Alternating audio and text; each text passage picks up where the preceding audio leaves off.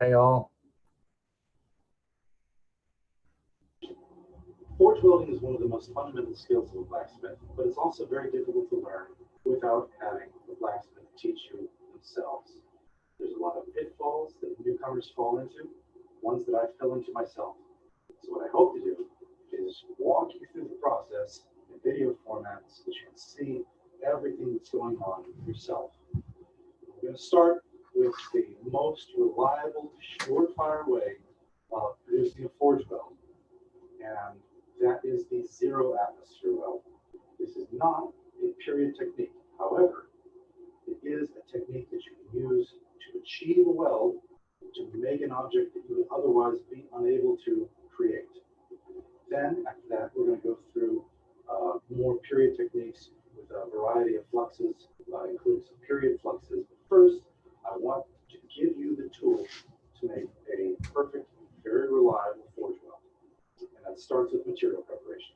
So we're going to take our two pieces of metal. They're of disparate size, but they're the same width.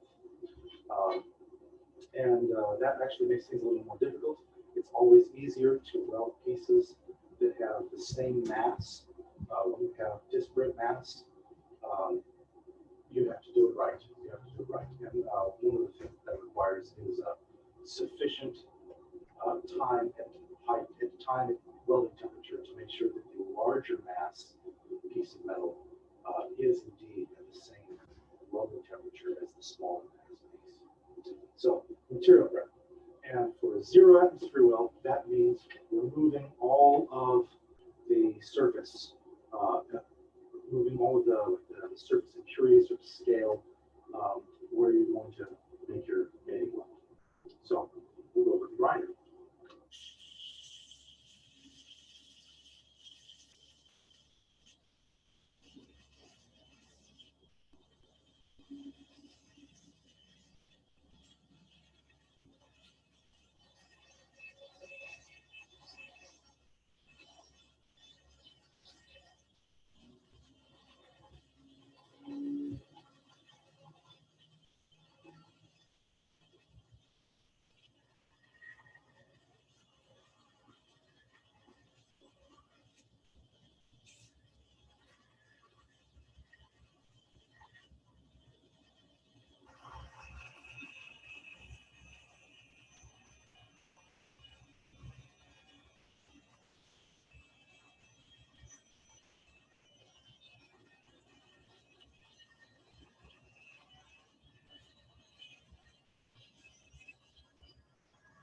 Now, this is what makes it the non-period technique.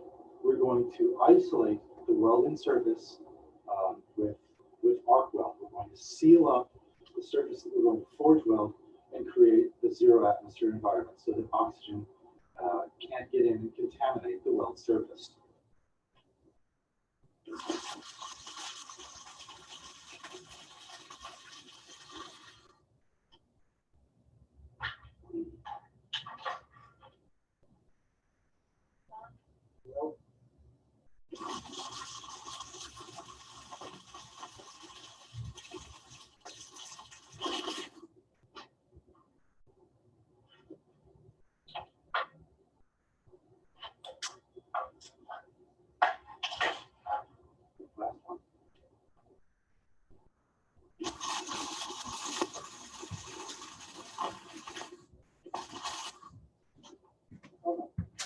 Once you've welded up your piece and created a zero atmosphere environment inside the welding area, it's good practice to remove the bulk of your welds from the perimeter of the piece. When you have a foreign material like this weld here, it can often leave a discolored line between the material, the two parent materials that you wanted to weld. So it's a good idea to clean them up. Even if you're going to be leaving them forged black, it keeps excess material out of your way. Remember, this is not a period technique, but it's the easiest way for a beginner to achieve a weld. And that's important.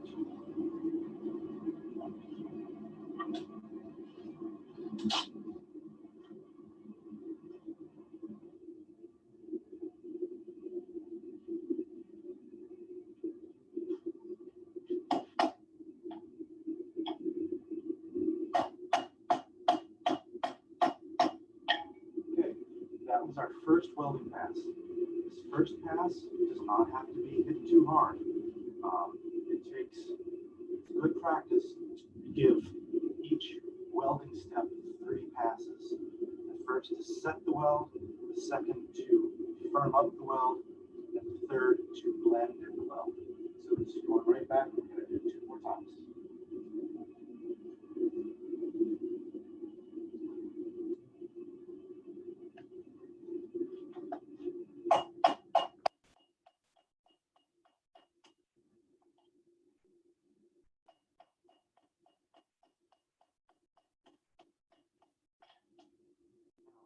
One thing with a 0 atmosphere weld is that the sides are, of course, covered with weldment from your arc welder.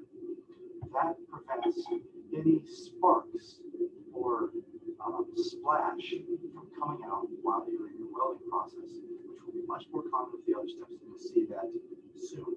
But this is a nice and safe, I guess, forge welding process. It's nice and clean. It's designed specifically to be clean, but again, it's not dirty. One more step.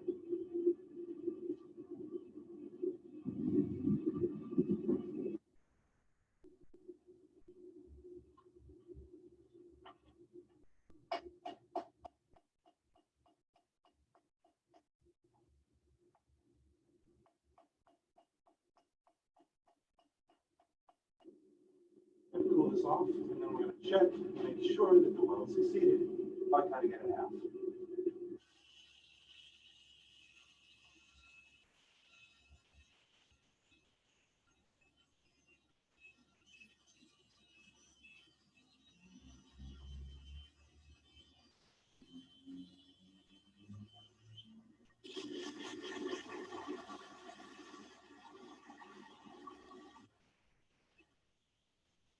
All right, and now we're looking at our weld.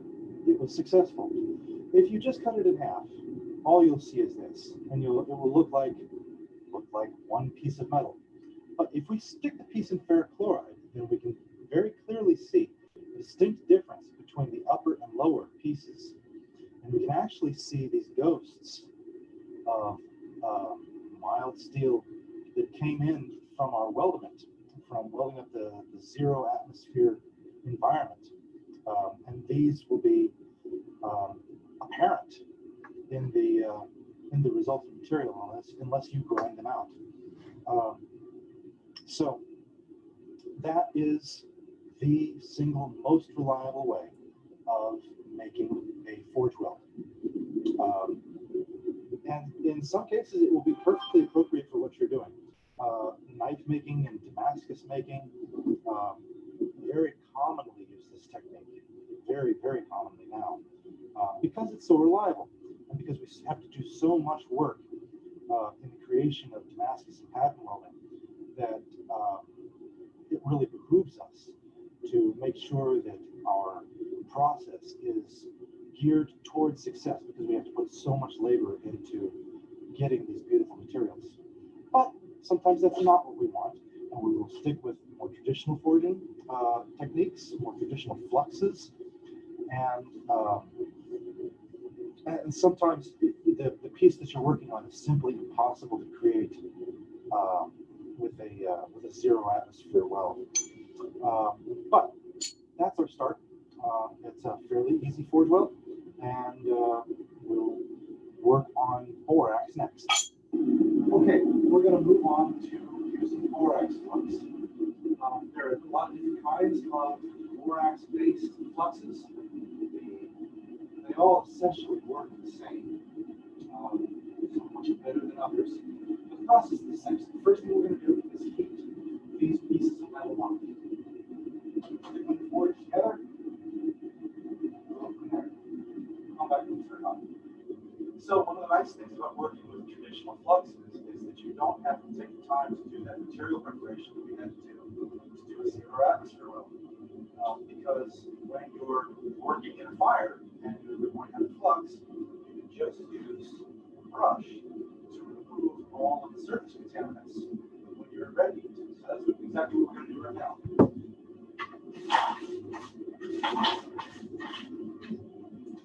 And that is clean. You can see the scale built up.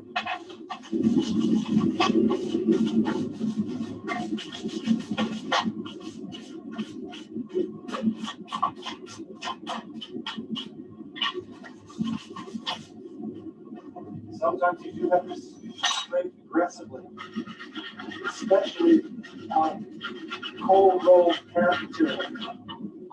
So you may need a scraper in addition to your wire brush.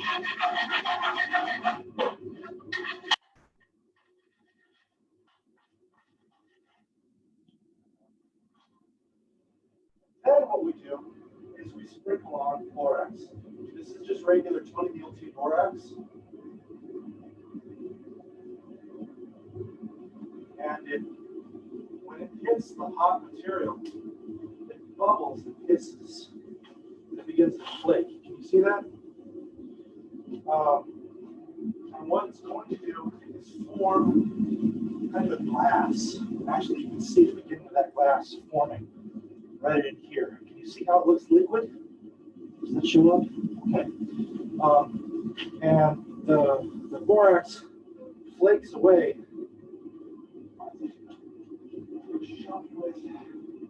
Borax peels up and flakes away, but it does leave this liquid underneath.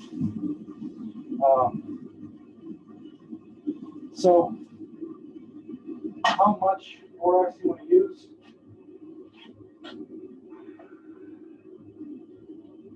It's kind of a personal decision because ultimately you do not want the flux in between your weldments.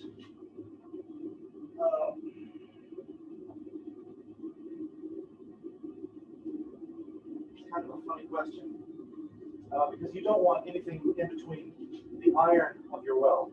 You want iron and iron. What borax is an oxygen barrier, but it also breaks down and it's made from boric acid is what it does. So it's going to etch into your welding surface and get rid of any rust, any oxidation that might contaminate your weld. And when you begin to set your weld with a hammer, typically the borax blasts out, and that's why, especially on borax weld, on welds where you use any flux, it's very important to have safety glasses. You'll see the first time I set this weld.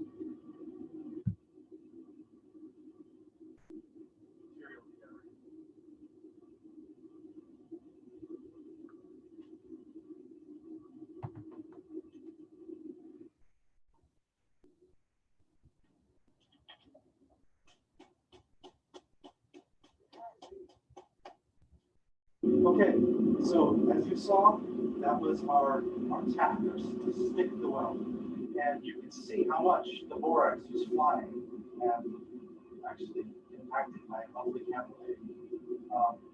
It won't hurt you. I mean, it's not, it can absolutely hurt you.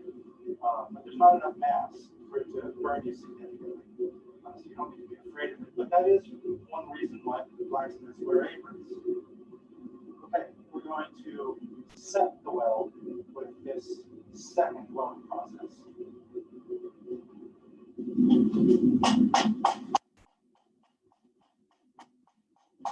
And still a bit of flux coming out. Not nearly as much as in your initial welding process. And at this point, you can begin to scrub the weld with a wire brush. Between the first and second welding process, you still want flux over the area because even if you get it to stick on your tack welding step, you don't want oxygen coming into your forge welding area because your tack may only stuck in a few places. It will be enough to together so they don't drift around. But you may not have a full, complete weld in the area. And actually, if we look at period blacksmith constructions, it's fairly common to see areas where the weld took and areas where it didn't. And that would not have been very obvious at the time of creation, but over the centuries, there's just rust and oxidation will expose those areas where the weld didn't set. So we should be ready for step number 3, blending step.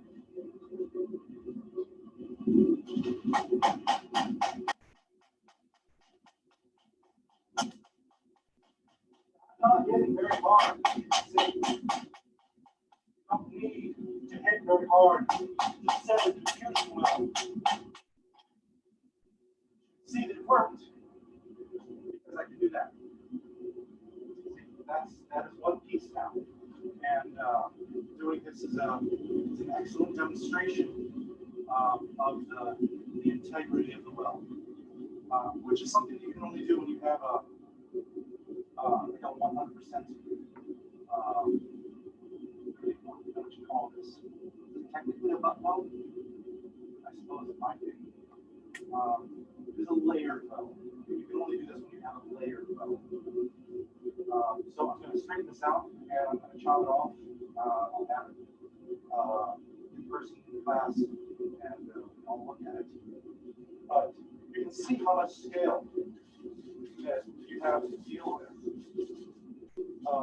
And that is a problem that is more serious. An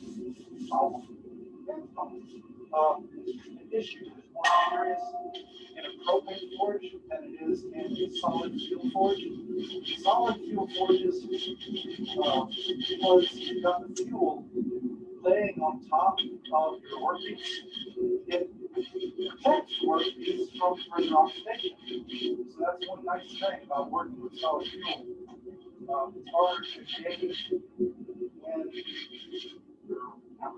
harder to gauge when your work is ready to weld, but several parts of the welding process are actually easier.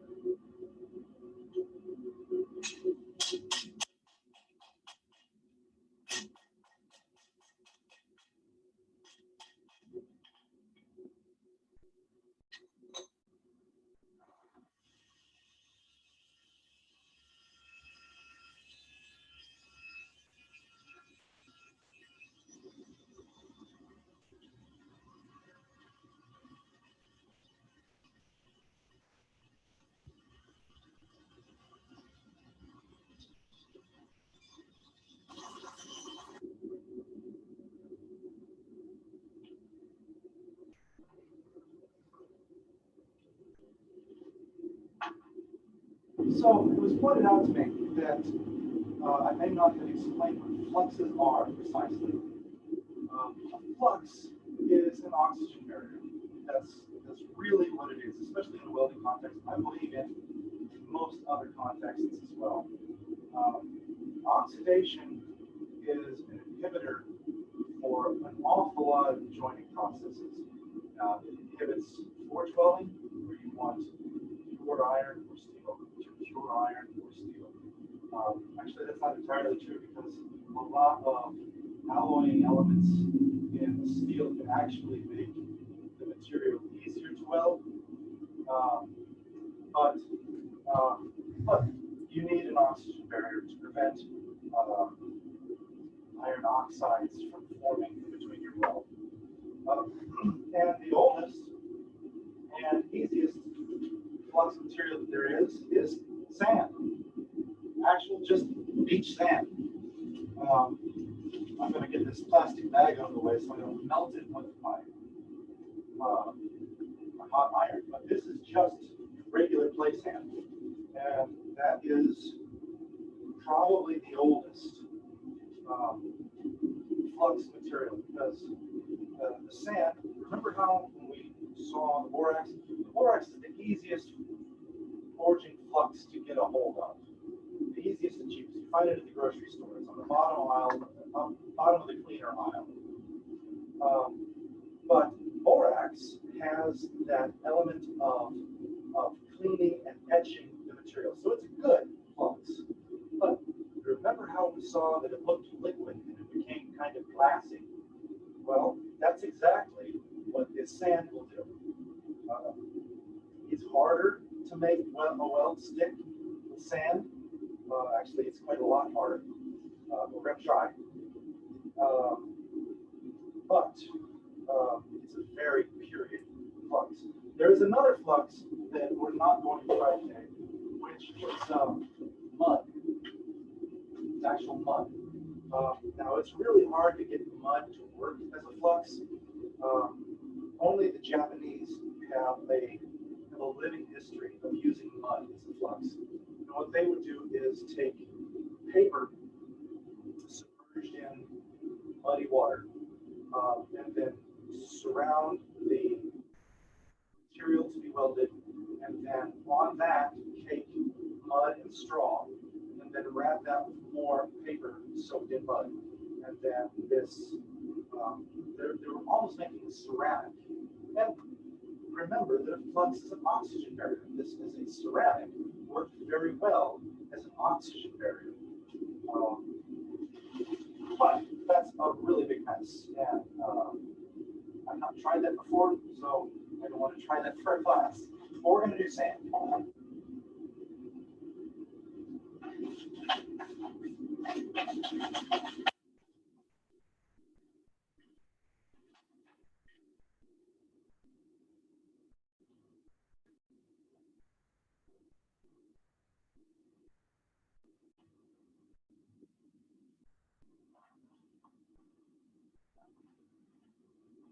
It's tough to get this to work.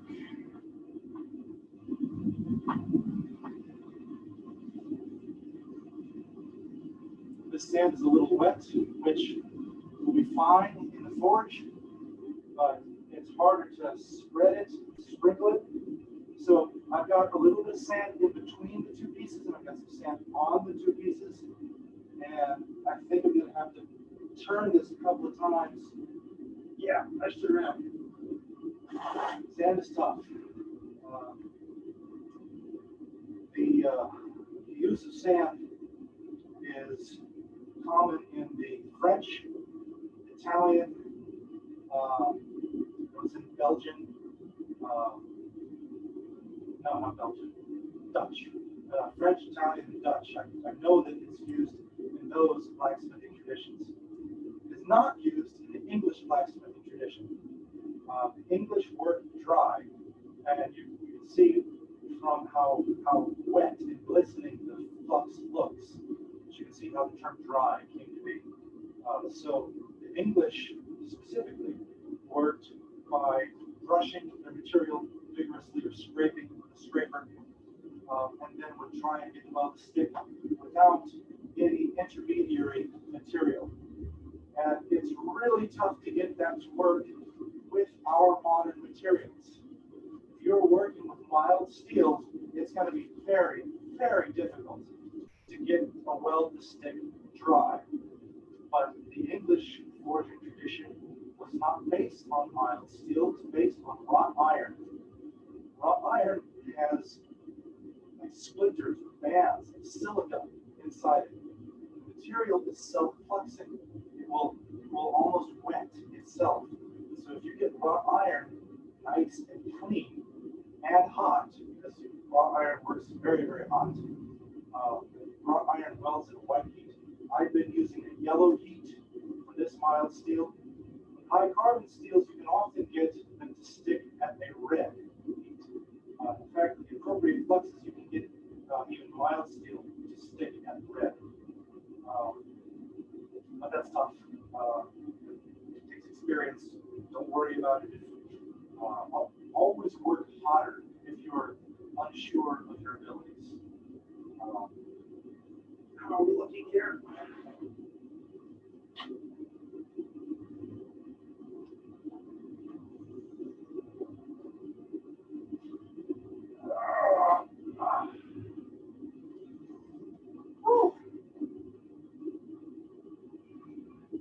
One of the difficulties of working with sand is that it has has a higher melting temperature than borax does.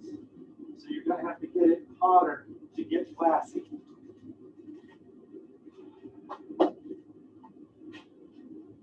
We'll see. I've only made this work once.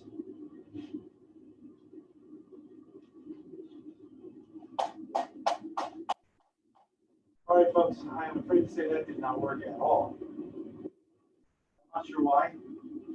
Like I said, I've only done sand once. Possible that the grade of sand makes quite a bit of difference. Possible that the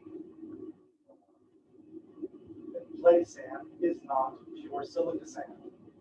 I don't know, I didn't check. It's also possible, because the last time that I did this, I did it on a solid fuel forge. It's possible that the solid fuel forge is not hotter. Yes, there's a heat difference in between a solid fuel forge and a propane forge. The propane forge is not as hot as a coal forge. It's possible that you can get sand to glass up in a coal forge and not be able to do so in the propane forge. So, curing techniques are tricky. We're going to move on rather than play around with that, and I'm going to show you the best flux that I have ever found. And that is this Iron Mountain welding flux. This stuff is almost black magic. If you are going to try and do a forge weld, this is significantly easier than using borax. I would say twice as easy. Yes, probably so. You can get welds to stick at lower temperatures with this stuff. You can get them to stick cleaner. You can get dirty welds to stick. It's not good practice to try and make a dirty weld. But sometimes that's the race, especially if you're working in a solid fuel forge, especially if you're working in a forge that is not your own. But I'm going to show you this because it's really good stuff.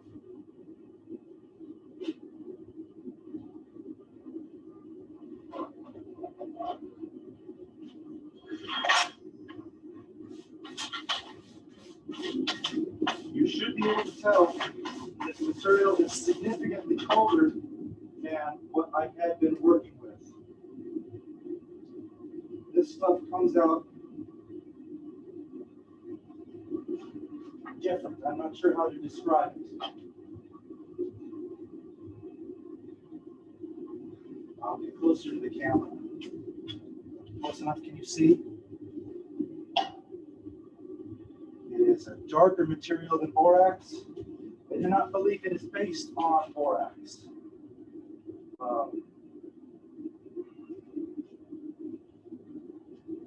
don't know what it is. It's really good stuff. And that, believe it or not, is very period. Not that Iron Mountain forging flux is period. It's period material. But every blacksmithing tradition, every lineage, from master to journeyman to apprentice, with secrets they passed on. The guild system was based almost wholly, almost entirely on secrets. Somebody would find something that worked really well, and they would pass that on. That specific piece of knowledge would only be passed down that lineage, and those were their competitive advantages. So having a flux that worked really well, secret flux, we'll read in, I think it's the office even mentions secret flux. The rest of the one. But that might be your favorite topic. That might be your favorite topic. Sorry. This is about warm enough. I'm going to try to unload this. This is colder than my last welding test.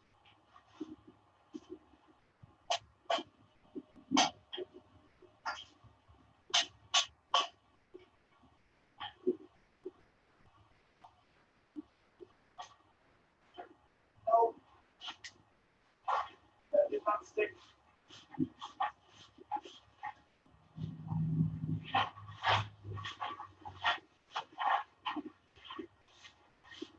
That should not come as a surprise or be disheartening to you. Many times, that's one of the reasons that I started the zero atmosphere forge welding technique. Because it's good for a beginner smith to build up their confidence. Forge welding is not easy. There are people who make it look easy based on years of experience. And they know what to do. But this is not an easy thing. It's very easy to become frustrated. So if your weld fails, do not be frustrated. Take that out, clean it up, give yourself the best chances that you can of making a successful forge weld. You might go ahead and clean the metal off, grind off the. You see the surface of this material? Now, I've made a weld stick using that Iron Mountain stuff on a surface just like this, but it's bad practice. It's not a good idea. Sometimes, well, it's like black magic. It'll pull off a miracle for you, but you're not supposed to depend on miracles. So if you have a surface like this, stop, off your metal, clean it off, give yourself a good surface again, and then try again.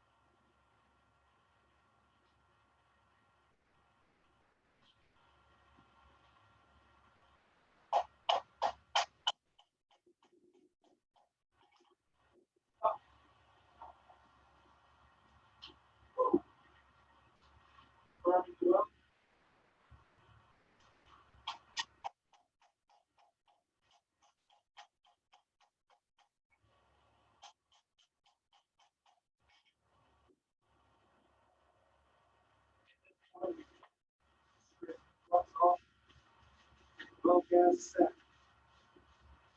Should not be overly concerned about oxidation inside the weld. You can see just from how I'm handling that the two pieces of the joint, there is a successful weld. Oh, that's aggressive.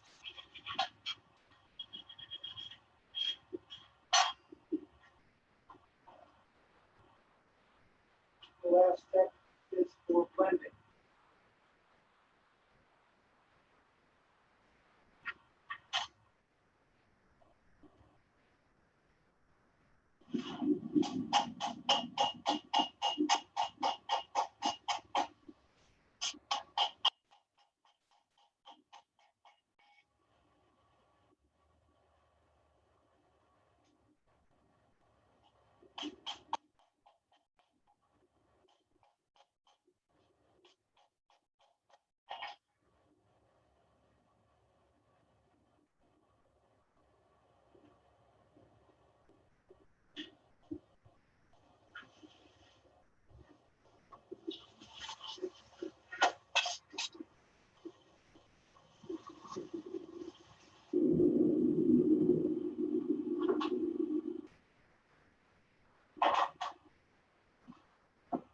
So,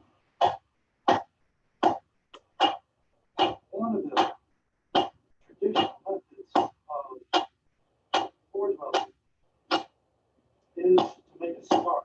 And a spark is a simple way of increasing the surface area that the weld is in contact with. You need to put two pieces in line with each other. See, most most of the way that bladesmiths layer and stack to make Damascus is not the way that most blacksmiths performed welds in their lives. They would be taking two pieces and joining them like this, or joining them like this, sticking them together and blending them into a finished and seamless whole piece. And it's very difficult to do that if you just stack your pieces. You'll have gaps, you'll have crevices. It'll be very difficult to work with. So we scarf. And that's simply making a taper on both sides of the workpiece, or both workpieces, and then applying them together.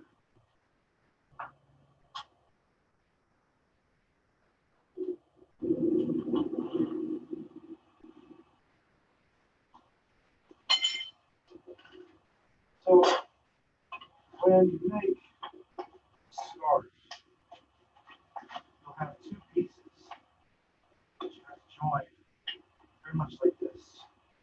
On the angle of your work pieces to be identical, so that they match. And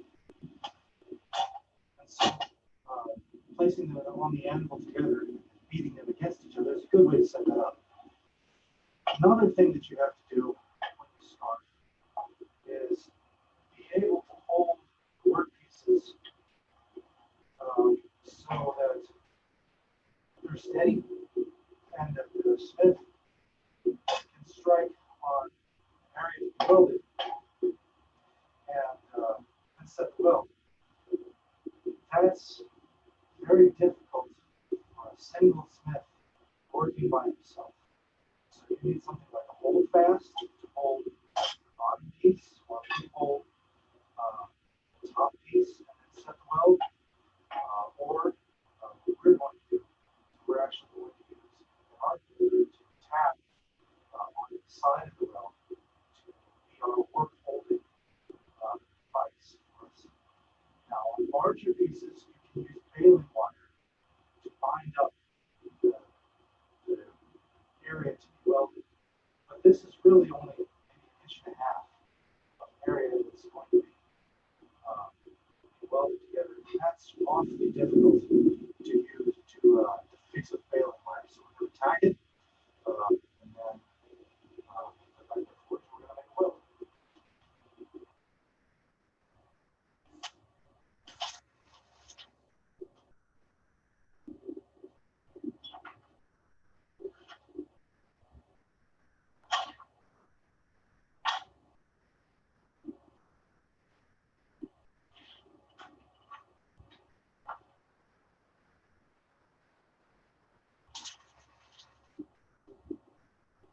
That's all it takes.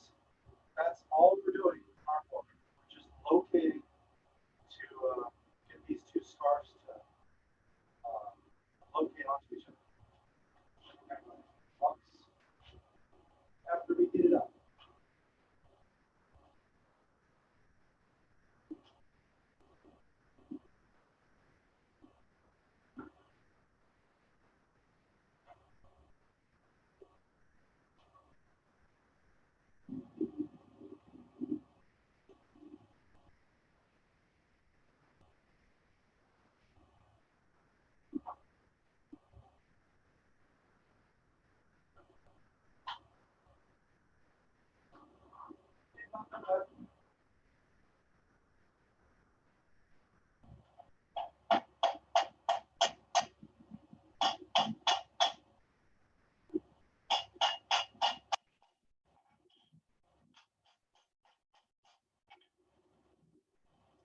That's it.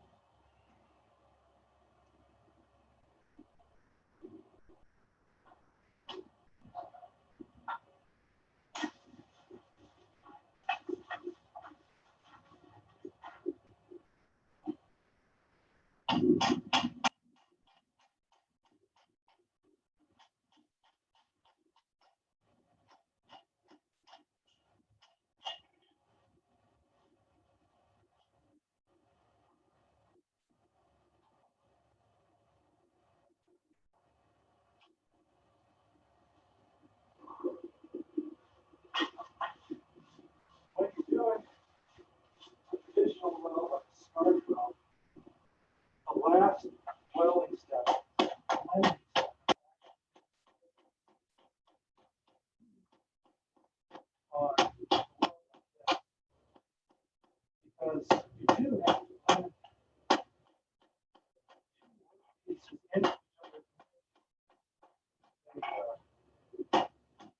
make a contiguous hole, because obviously there's a big lump in the middle there, and depending on what you do, you can get that out, and you do that by blending and by some appropriate weld preparation. Just open up the side here. And that'll happen when you're blending a piece against the line of the weld. You're beating it against each other. It's very easy to open up a seam. That's okay. Just reflux, keep clean, weld again. Once you have your weld beginning to blend, it's a lot easier to stick it back together. So we're going to have a little bit more of a flux on here. Up.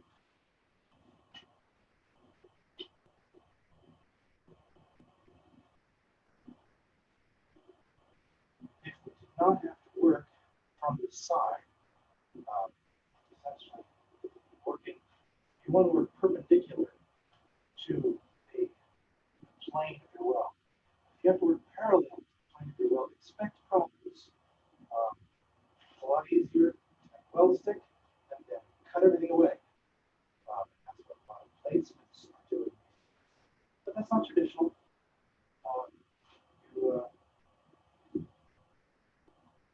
It's just part of the art, part of the fun.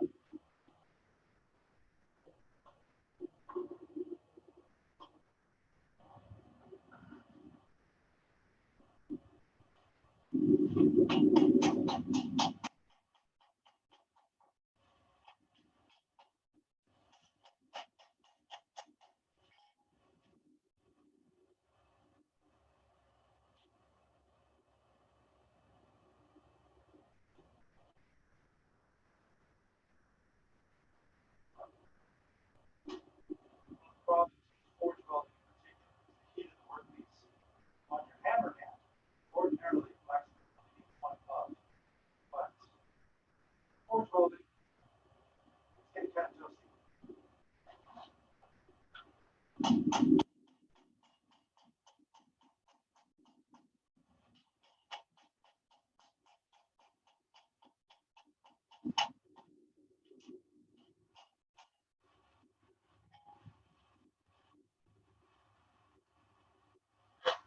One side's done very nicely, and the other side's beginning to open up, which is annoying, but in fact, that's a period problem. You'll see that. In fact, you can see it very well right now. You can see this lip here is colder than the metal around it. That means it's not welded. And you'll see, like right here, it's a very good weld, and right here, it's opened up. And there could be 1,000 reasons for that. It could be that I worked on this side of the steel first, got that set very nicely, but that cooled off this little lip as it was sitting on the anvil. So that could be the whole problem. I think I'll reflux that and go for one more time. Actually, I think it might be instructive to have a period problem as an example in the class. I think we'll do that.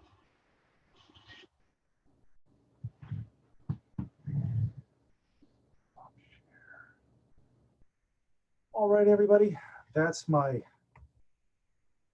prepared video of forge welding. Now we can open it up and we can have a talk. I can either stay here in the conference room and talk to you, or I can switch to another user, drag you down to the shop if there's anything that you'd like to see. But go ahead and unmute yourselves and we can have a discussion, talk about blacksmithing.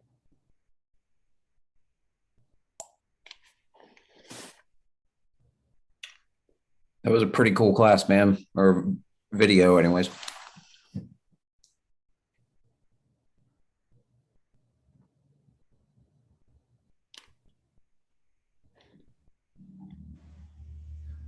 So Well, it doesn't look like many people have a lot of blacksmithing questions, but are you all blacksmiths?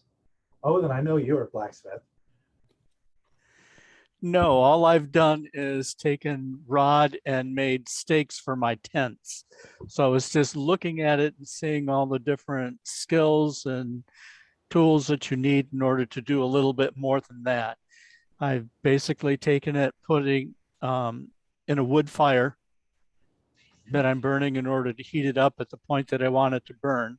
I've got a piece of old rail from a railroad track. And so that's my anvil, and just beat it over with the, what, 2.5 pound, 5 pound sledge in order to get them. So, and put a little bit of a point on them. Two and a So half pound, looking at, excellent place to start. yep. Obviously, you can swing a much heavier hammer than that a few times. But if you're going to be using something regularly, a 2 pound, even as light as a 2 pound, is not inappropriate as a place to start.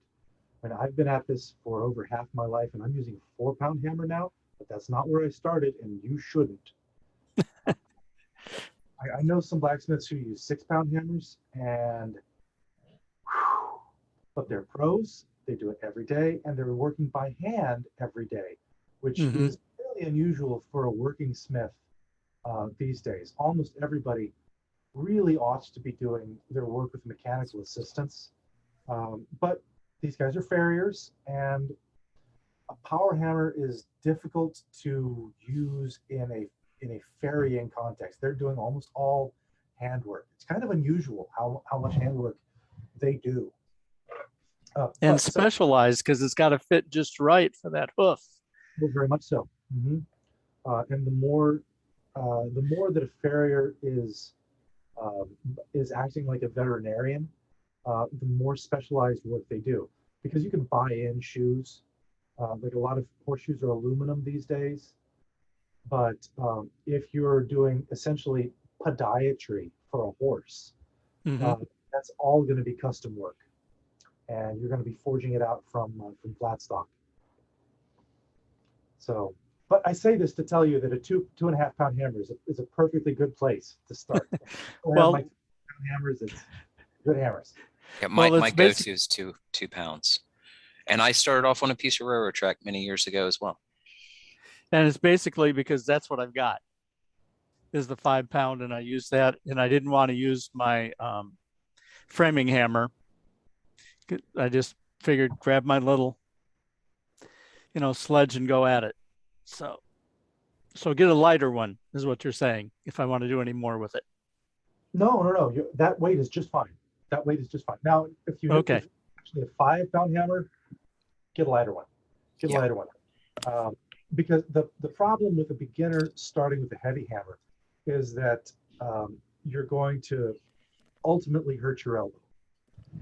Because almost all beginners start working with a very elbow-centric hammering motion because you're not sure of your hammer control. Where we need to be is to be using our arm and shoulder and very little bit of our elbow, having much higher and heavier blows. Now, they don't have to be heavy, but we do need to be using our shoulder and our back to be picking up our arm and dropping the hammer, letting the hammer do its own work. And with a heavy hammer, unless you've grown accustomed to it, you won't have the confidence in your hammer control. So you're going to just default to doing little motions, and that'll give you tennis elbow, is what that'll do. I'm a carpenter by nature, and so I'm used to using the fuller arm and with framing and stuff. So the 5 pound sledge that I've got for the heavy work, it's just, but I've also got a smaller one. So now I know default to that if I'm going to do anything with it. I really think is excessive for someone who's starting out, because although your hammer skill will absolutely 100% translate to blacksmithing, it won't translate exactly 1-to-1. It'll get you 75% of where you need to go, because as a carpenter, you're used to hitting things square. You will not be accustomed to shaping the material with what you're with your hammer blows. Right. But you'll pick that up quick. But I still think 5 pounds is probably too heavy to start. But that's starting is the important thing. Like you've taken what you have and you started. That's great. And I figured the scrap wood, it was getting it warm enough, getting it hot enough for me to be able to bend it. So I figured that's fine. I've got plenty of scrap wood from leftovers, and so I use that. Oh, wood Now, power perfectly. now What it's heat wise, how is that compared to your propane or using coal or charcoal? colder than coal, colder than coal and coke. What a wood fire will be doing is like when you put the wood in, you see an enormous amount of outgassing, a lot of smoke first, and then it burns cleaner. What is happening is you're in the fire transitioning your wood from wood to charcoal. And when it burns clean, you're actually using a charcoal fire. And that's exactly what most smiths, even today, are using. Most smiths working with solid fuel today, I think, are running on charcoal rather than coal, like they did. That transition happened fairly recently because everybody was using coal because that's what you could get, because like some houses were still being heated with coal. Like my grandfather's. Very much so, very much so. But that really changed by the turn of the century. It was tough. It started to get tough to get coal. Now, blacksmithing has exploded enough as a hobby that you will find coal at swap meets and whatever your local Abana chapter is. And for me, it's Southern Ohio Forge and Anvil is the local. Abana is the Artist Blacksmiths ABA and a Artist Blacksmith Association of North America. That's what that is. And there are other blacksmithing associations, but they were the first, and so they're the biggest, and they've got all the swap meets organized already. So if you want to get a pickup truck bed full of coal, that's where you go. You go to those kind of swap meets. And at one point, I remember when I was starting out, I was like 16. I went down to the place that supplies the power plants looking for coal. And I got some, but blacksmiths were not on their radar as potential customers. Like I wanted to fill up I had a couple of 55-gallon drums that I cut holes in for bearing bars, so I could fill them up and I could stick them in my minivan, back of my minivan. And the guy in the office is like, all right, I'll tell somebody to help you. I'm like, okay, can I pay you anything? It wouldn't even be worth my time to process the check. All right, well, thank you very much. And he just looked at my hand. So I didn't go with coal again. I used up what I had, and then I switched to propane because I wasn't having that conversation again. But it's gotten easier. It's gotten a lot easier since then. But charcoal is even easier again. They sell cowboy lump charcoal at Walmart. They've got it at Tractor Supply. You can get as much as you need. It's really easy to use charcoal. So I think most smiths using solid fuel today are actually using charcoal, which is basically exactly what you're doing. Thank you.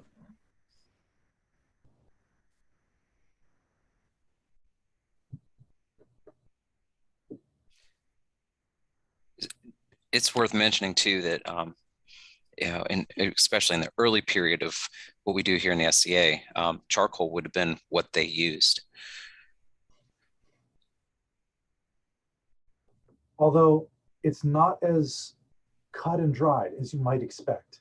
I know there was you're right, especially in early period, but I think the 11th century, like we have records of a guy who's fined for mining coal that he was following a coal vein, and he mined across the King's Road and he broke the road because he was after the coal in the ground. And they're like, no, you cannot dig up the king's road and impede royal traffic because you're after coal. But obviously he was after it, so they were burning it. Now, that doesn't mean that they were using it for blacksmithing purposes. Could have been used because, I don't know, like you weren't allowed to cut down trees. Well, to heat the home. Yeah, right. So you might have been, coal might have been a less expensive home heating option than wood. But even though we know that medieval, the medieval lower class was not allowed to cut down trees, that wasn't as restrictive as we think of it, because they were absolutely allowed to coppice. And so, like, if you could halfway cut down and lay down a tree, but you didn't cut it off all the way, and then you cut notches in it and buried it over, and you would take one tree and you would have a dozen trees that would pop up the next year, which are actually branches, but they acted just like they were their own individual trees. And that was one way that that boulevards were created. Like you would have a tree, and then that would be the parent tree, and you would have a whole row of trees that would grow up. And eventually, as they grew their own roots, you could cut the original trunk away and have new trees in place. So peasants were perfectly allowed to do that, and you wound up with a lot of wood that way. But it wasn't very big. You know, the coppiced stuff was about that big around, as big as you would were ever really likely to get. Which, as a carpenter, I liked. And as someone that you're trying to heat your house, that's a good sized log. You're not having to cut up as much and stuff in order to throw it into the fire. Hey everyone, Reinhold, we're at 6 o'clock. Did you guys want to continue, or do you want me to turn off the recording and you guys can just chat? I'm fine with whatever. If Okay, you guys, let me stop recording. You guys can continue to chat. That way we know it's for the like the track itself, and I can get these uploaded. Okay. that's great. Thank you. Have a great time. Hold on.